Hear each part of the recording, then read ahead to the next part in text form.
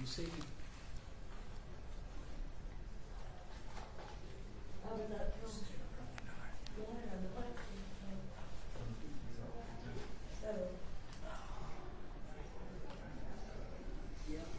Can't do it all, Gary.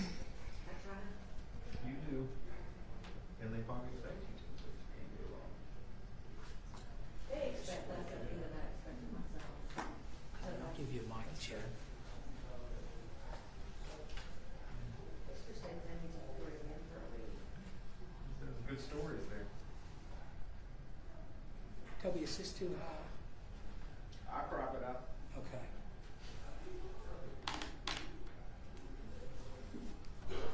Mic check, test, 1, 2, 3, 4, 5. Test, 1, 2, 3, 4, 5.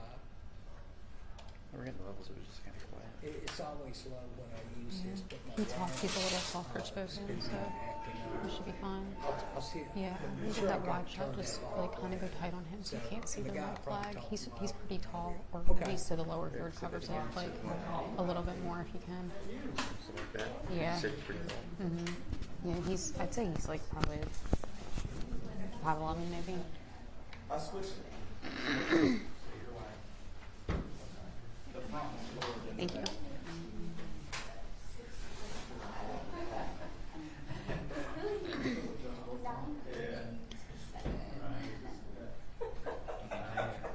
Can we enter there or like this door here? He's probably gonna walk around this way. So Do you want me to do like a wide of him walking in? Or so you can get him like tighter walking. If you can't get it, then that's fine. But you should be able to. He's probably gonna come through this way, so I'll move that out of the way. I believe, though. Good. How are you doing?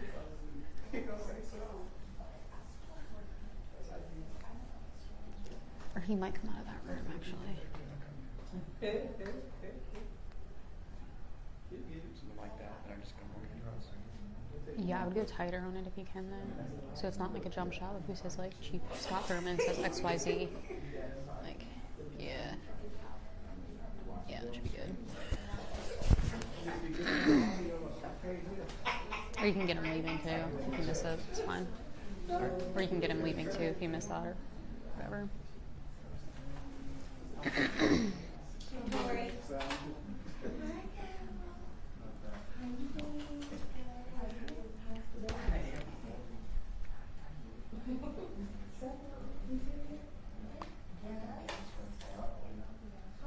Now you guys before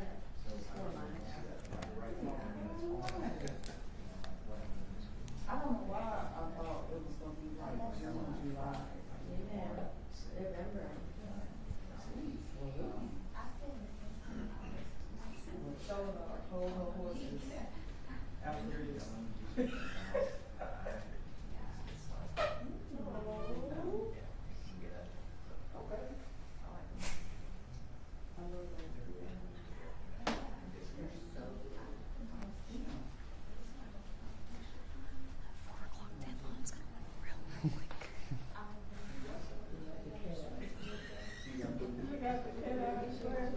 See what? Yeah, doing the steak, right? I don't think it is. Those come from her other grandmother. We can do it. Let's just get this going. What do we have in front of I them? got brown or Bow side, my bow side. And then anchor rates and the rest of the shows.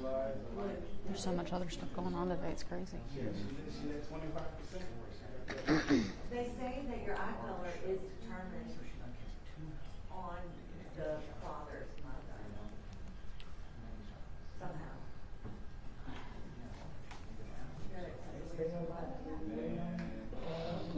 What is it? It's the luck of the draw.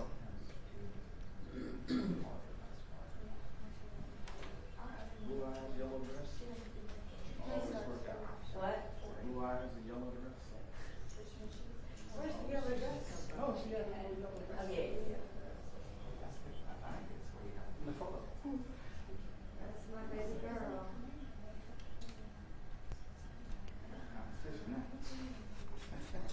Not quite. He could You care would less. think so, but seen anything that seems like it's gonna happen in a minute or two. They start getting Christmas Just- presents.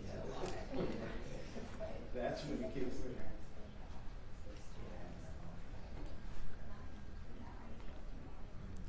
I had pizza for breakfast. I have heartburn. Did Blake like that cookie? He did this morning. So mom left him like a cookie in his fire helmet. He texted me yesterday at work and was like, "Did you do this?" And I was like, "No." It was one of the guys. And I was like, "It's like different cookie." I'm all out of creme brulee mix. Sad update. Gotta go get more.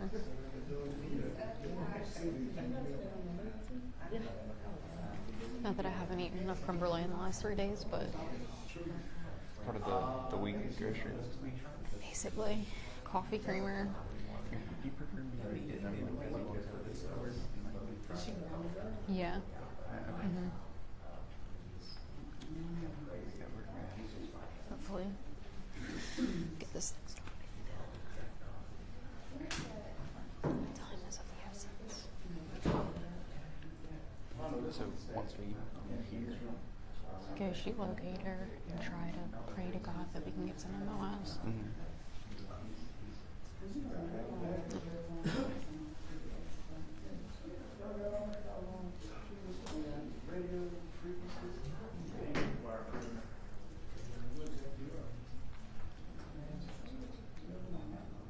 you probably turn your mic off until.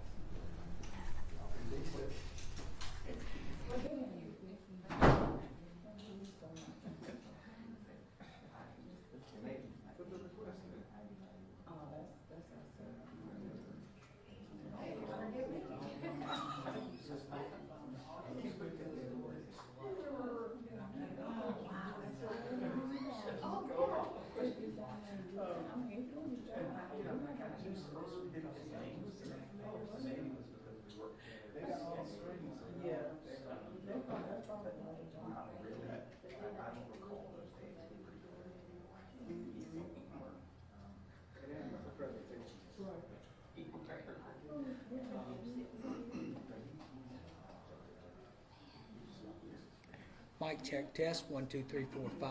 1, 2, 3, 4, 5 with the Birmingham Police Department waiting on a press conference. Test 1, 2, 3, 4, 5. Set enough?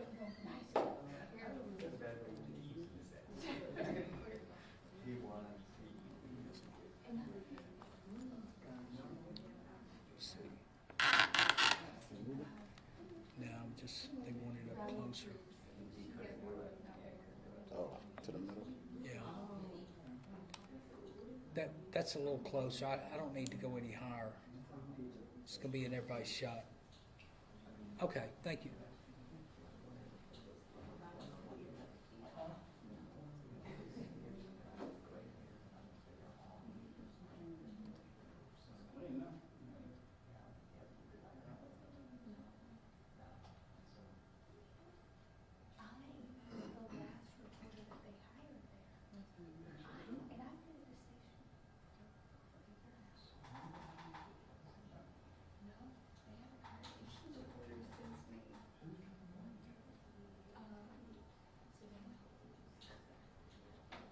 David, remind me to ask you something after this. All right.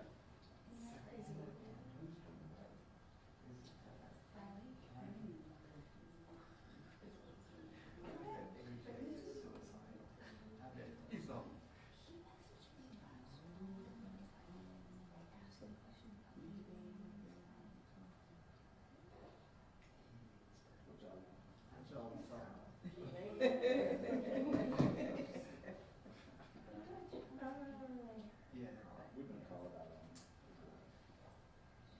one of the stations called us.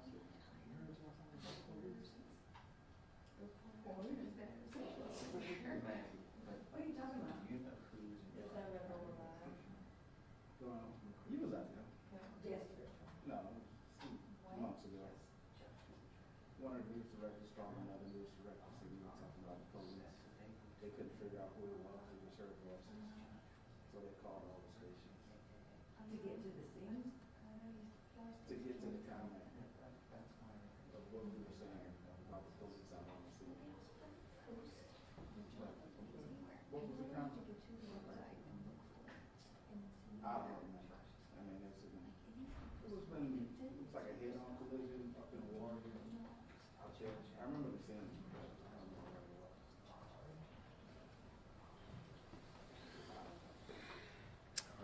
Good morning, everyone. I'm Officer Truman Fitzgerald with the Birmingham Police Department's Public Information Division. We would like to thank all of our media partners for attending this press conference, and we would like to thank the community members for viewing this press conference as well. Today, you will hear from Police Chief Scott Thurman on the recent string of violence that has taken 9 of our community members away from us. Chief Scott Thurman. So good morning. So we need to have a really candid conversation about the things that are transpiring in our city as it relates to homicide and violence. We've had 9 homicides in the last 9 days in the city of Birmingham, ranging from the 20th of March until this morning. In 2023, we've had 24 criminal homicides. That's down from the 27 homicides we had last year, which is 11.1% decrease. Our homicide victims range in age from 16 all the way up to the age of 48. We've had a 16-year-old, a 17-year-old, a 25-year-old, a 29-year-old, a 30-year-old, a 37-year-old, 42-year-old, and 44 and 48-year-old killed in the last 9 days. One of the things I like to bring to attention is parenting. And there seems to be a lack of parenting in some of these cases, not just these last 2, but others that we've seen throughout the last several years in the city of Birmingham. Parents have to play a vital role in their children's lives. They have to be accountable for where their kids are at all times. Last night we had a homicide where a 16-year-old female lost her life in Inslee. At 2:24 in the morning, I don't know what a 16-year-old was doing out with 3 other juveniles, all of which had been drinking alcohol. They're out damaging a vehicle, and then they get subsequently shot at. Where were the parents? Did the parents know where they were? Did the parents know they were consuming alcohol? Did the parents know that they were out at 2:23 in the morning? I don't think so. And so that's a problem. Law enforcement can't be everywhere all the time. We're not babysitters for children. That's not our job. That's where parents need to come in and be parents and be held accountable for their children. Last night's homicide was 100% avoidable. Had those children been where they were supposed to be in someone's home with someone watching after them, that young lady would still be alive today. There's a term that I've coined recently, it's stop and think. Stop and think before you engage in activities you shouldn't be engaging in. Stop and think about who you're with. Stop and think about before you pull that gun out and you start pulling the trigger. Stop and think about what the long-term effects of this is going to be. Are you going to die? Are you going to end up in prison? How many families are you going to shatter? Stop and think before you engage in these illegal activities. There has to be more community involvement. The police can't be on every street corner, in every home, and every car all the time. That's not our job. We're out to serve and protect to the best of our ability, but there's 200 and some odd thousand people that live in this city, Birmingham. We don't have 200,000 police officers. That would be unrealistic. So the community has to, police each other. When you see people doing things that you know are wrong, or they're engaging in activities with people they shouldn't be engaging with, someone needs to say something. Someone in the community needs to say something. When people start saying things and checking each other, things will change. As I mentioned before, a number of these homicides, and we'll go through these one by one, were absolutely 100% preventable. A lot of these homicides occurred in homes. It's not our place to be in everyone's home all the time or in a vehicle where people are. People have the expectation of privacy in the United States of America to be in their own home in their own vehicles. We can't control what goes on in people's homes or vehicles. We've made arrests in 3 cases, and we have 1 individual currently on an investigative hold for another case. 3 of those homicides occurred inside a house, 1 occurred inside a car, 1 was at a gas station parking lot, and 4 were either outside or in the street. We've all publicized, and you all have done a very good job this last week of publicizing about the city of Birmingham's curfew. We put that out intentionally prior to spring break beginning to let everyone know about our curfew and that we will be enforcing that, to keep our young citizens inside, out of harm's way. Nothing good happens at 2:23 in the morning in the middle of the night. That's when young people should be at home with their families or their guardians so that they're safe. I want to be sensitive to the victims and the families that we've lost over the 9 days. This is not to be insensitive to them or to downgrade any of these particular homicides, but we need to walk through these. As a police department, when we have issues in the department, we look to see where the gaps are, where the issues are, so we can correct and move forward. If we don't walk through this and identify where some of these issues are as a community and a city, we're not going to be able to change things, and we have to do that. So let's start with the homicide that occurred on March 20th at 12:26 a.m. at 374th Street North. 30-year-old Devarte Thomas lost his life. We currently have Jamarian Carpenter in jail on capital murder. He has no bond. These individuals were acquaintances. This homicide occurred inside a vehicle. March 20th at 11:29 a.m., the 300 block of First Avenue North, James Washington lost his life. James Washington is a black male and is 29 years of age.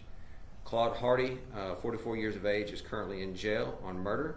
This was a dispute over a firearm that occurred inside an apartment. Very hard for law enforcement to intervene in either one of those first two that I just mentioned. Also on March 20th at 9:15 p.m. at 521 Buffalo Street, Kenneth Harris, black male, 42 years of age, lost his life. His home was shot into, and we believe this was due to some of his past dealings. Basically, he's involved in some activity that might be possibly illegal and engaging with some individuals who are of not the utmost character. March 21st at 12:44 p.m. in the 5900 block of Jesse Owens Avenue, Michael Kimbrough, black male, 48 years of age, lost his life. This occurred in the street, and this is most likely due to some of his previous dealings as well. March 26th at 12:14 p.m. at 300 Iota Avenue, Caleb Witt, 17 years of age, lost his life. Unfortunately, Mr. Witt was with a group of people that were shooting into a home, and some individuals returned fire, unfortunately striking Mr. Witt. There again, we have a 17-year-old engaging in illegal activity, possessing a firearm, and unfortunately he lost his life. This could have been prevented had Mr. Witt not been engaging in that type of activity. There is a suspect that has been identified in this investigation. This investigation is currently ongoing. March 22nd at 2:09 a.m., 3629 Hemlock Avenue Southwest, Mr. Frederick Carnell Sr., black male, 44 years of age, lost his life. He was specifically targeted due to his dealing with narcotics. His door was kicked in, and this homicide occurred inside his residence. March 26th at 5:55 p.m. in the 1700 block of Tallapoosa Street, Demetrius Davis Jr., black male, 25 years of age, lost his life. Currently have charged Byron Steele, black male, 51 years of age, with capital murder. He is in the Jefferson County Jail, no bond. This is due to Mr. Steele's son was shot in a previous situation. Mr. Steele believed that the Birmingham Police Department was not taking enough action, and really, in reality, is Mr. Steele's son, who is an adult, refused to cooperate with Birmingham Police Department. So Mr. Steele took matters into his own hands, which has now resulted in him being in the Jefferson County Jail charged with capital murder.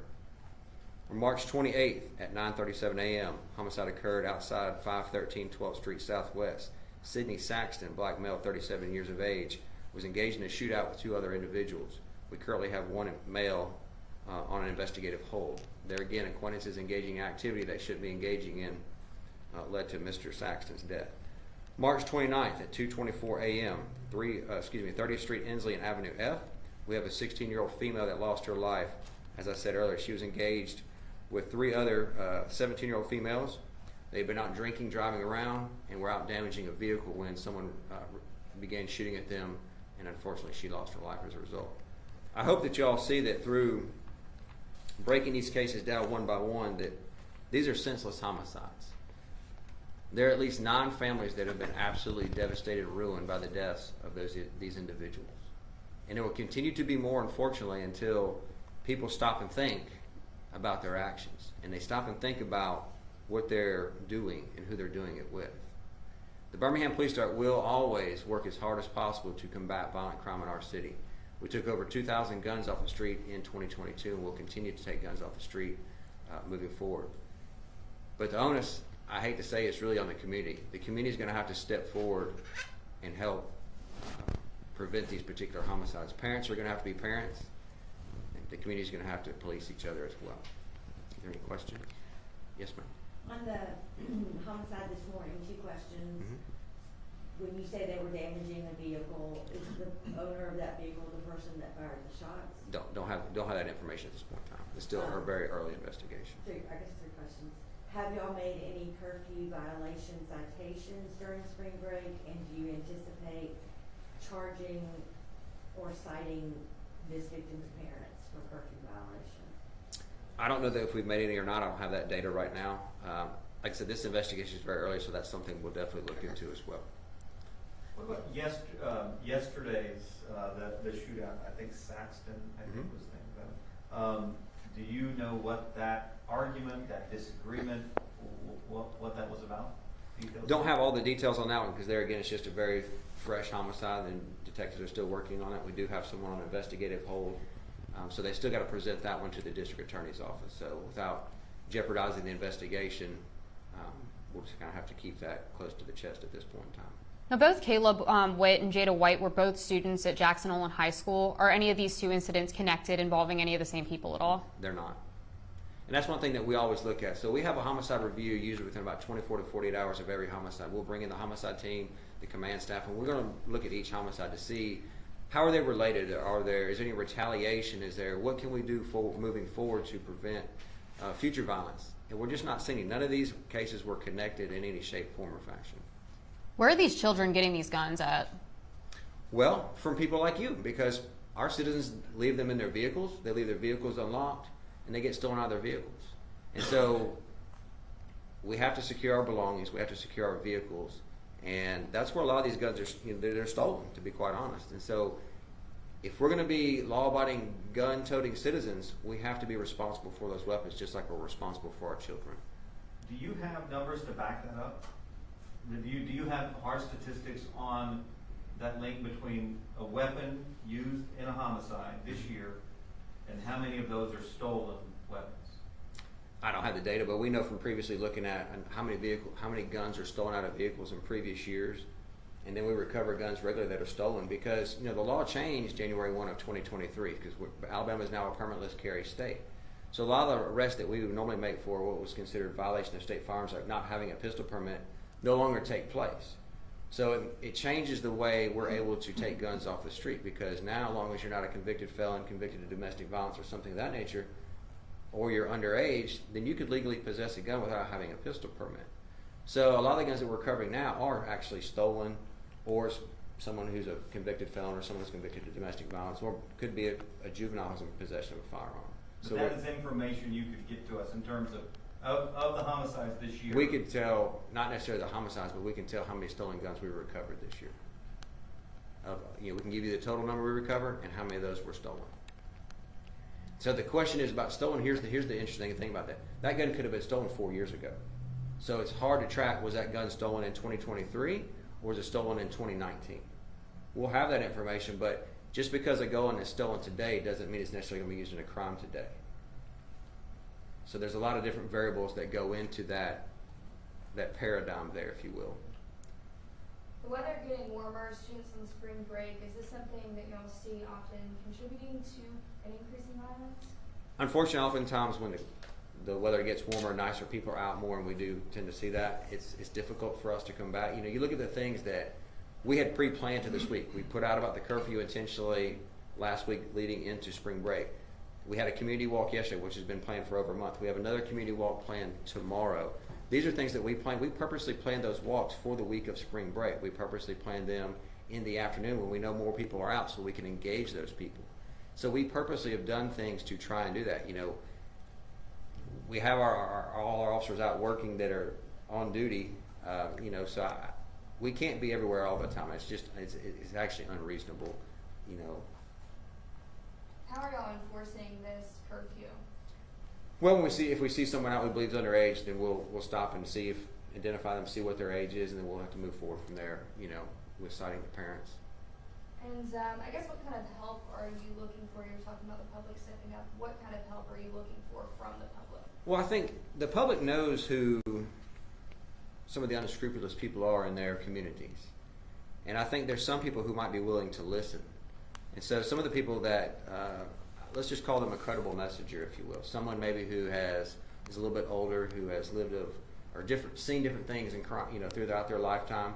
Just as a parent would, you try and tell your children, hey, these are things that you should not engage in. Here's what could happen if you do. And so some of those people who have a little more credibility in the community need to express that to others so that hopefully they can take a different path and not lead a life of violence or be the victim of violence. Did you hear or learn anything in yesterday's, I think you all were in 3 different community areas, neighborhoods.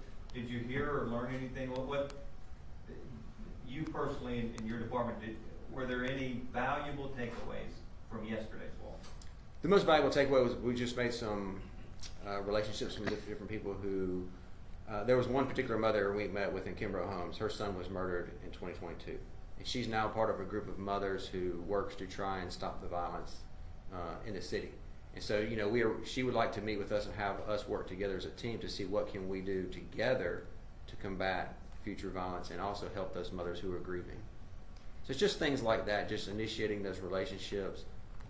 Now we have a group that can work together with law enforcement and see what are the possibilities of the outcome. Now, according to data from the Birmingham Police Department, this is now the 16th child under the age of 18 that has been shot and killed in the city of Birmingham since the beginning of last year. And that's the second one this week. If parents aren't being parents, like you said, what else can be done to, you know, help these children? Well, I hate to be blank, but I mean, we're not babysitters. You know, we're not going to babysit your children. That's as you've heard me say before, being a parent is a full-time job on top of your paying full-time job. It's a difficult job. Being a parent is not always fun. You have to make some very difficult decisions. You have to, you can't be their friend all the time. And parents need to be parents. I mean, that's just the harsh reality of it. You know, these children didn't ask to be brought into the world. They were brought into the world, and now there are people who are responsible for them, and they need to be responsible for their children. It's the best thing I can tell you. Do you think any charges will be brought up against any of these parents for not being held accountable, knowing where their children are, allowing them to drink underage, anything along those lines? It's just something that we'll have to work through the investigation. And in both of these cases, referring to the 16 and the 17-year-old that were killed this week, they were both in groups. They both had other people there that witnessed this and were there. So what's the challenge with police in trying to get these people to come forward and give information so that, you know, these victims and their families can at least have some type of justice? Let me just explain. The best context I can give you is last night's. We have one of the females who's passed out throwing up in our police car, throwing up here when we bring her up for questioning, so she's unable to speak. They're juveniles. We can't find their parents to get them to come up here so we can question them. One of the females even told us, I don't have time to deal with this. I need to go home. I need to be home by 7 a.m. Well, 7 a.m. is not an acceptable curfew. So those are the challenges that we face in many of our cases, not just with juveniles, but across the board. And so it's difficult for us to make cases to present to the district attorney's office when you have absolutely no cooperation. This was obviously someone who was a friend of theirs, but yet they don't want to do anything to help law enforcement solve the case and get justice for their friend. So that's just a really good snapshot of what we face every single day in working these cases. You're a parent, right? Yes. What's your message out there to parents that may come across this, whether that be on TV or social media? Step up to the plate and be a parent. And sometimes you just got to be really firm, and being a parent is not about being their best friend. I think that's where the problem is a lot of times, is you want to be their friend or their buddy. You can't be their friend or their buddy. You are responsible for their well-being, for their future. You're trying to ensure that they don't have to face some, you know, they can learn some lessons along the way that hopefully aren't too harmful to them in their future. Because you would think everybody wants the best for their children, clearly. So you have to make hard decisions so that they can have the best life possible. And so being responsible for them, it's hard, it's tough. You have to tell them, hey, you have to be home at a certain time. If you're not home by a certain time, there are consequences. And you have to invoke those consequences and make sure they're adhered to. The parents are the police of children. The police are the police of the community. Any last questions for Chief? All right. Thank you so much, everyone. Thank you.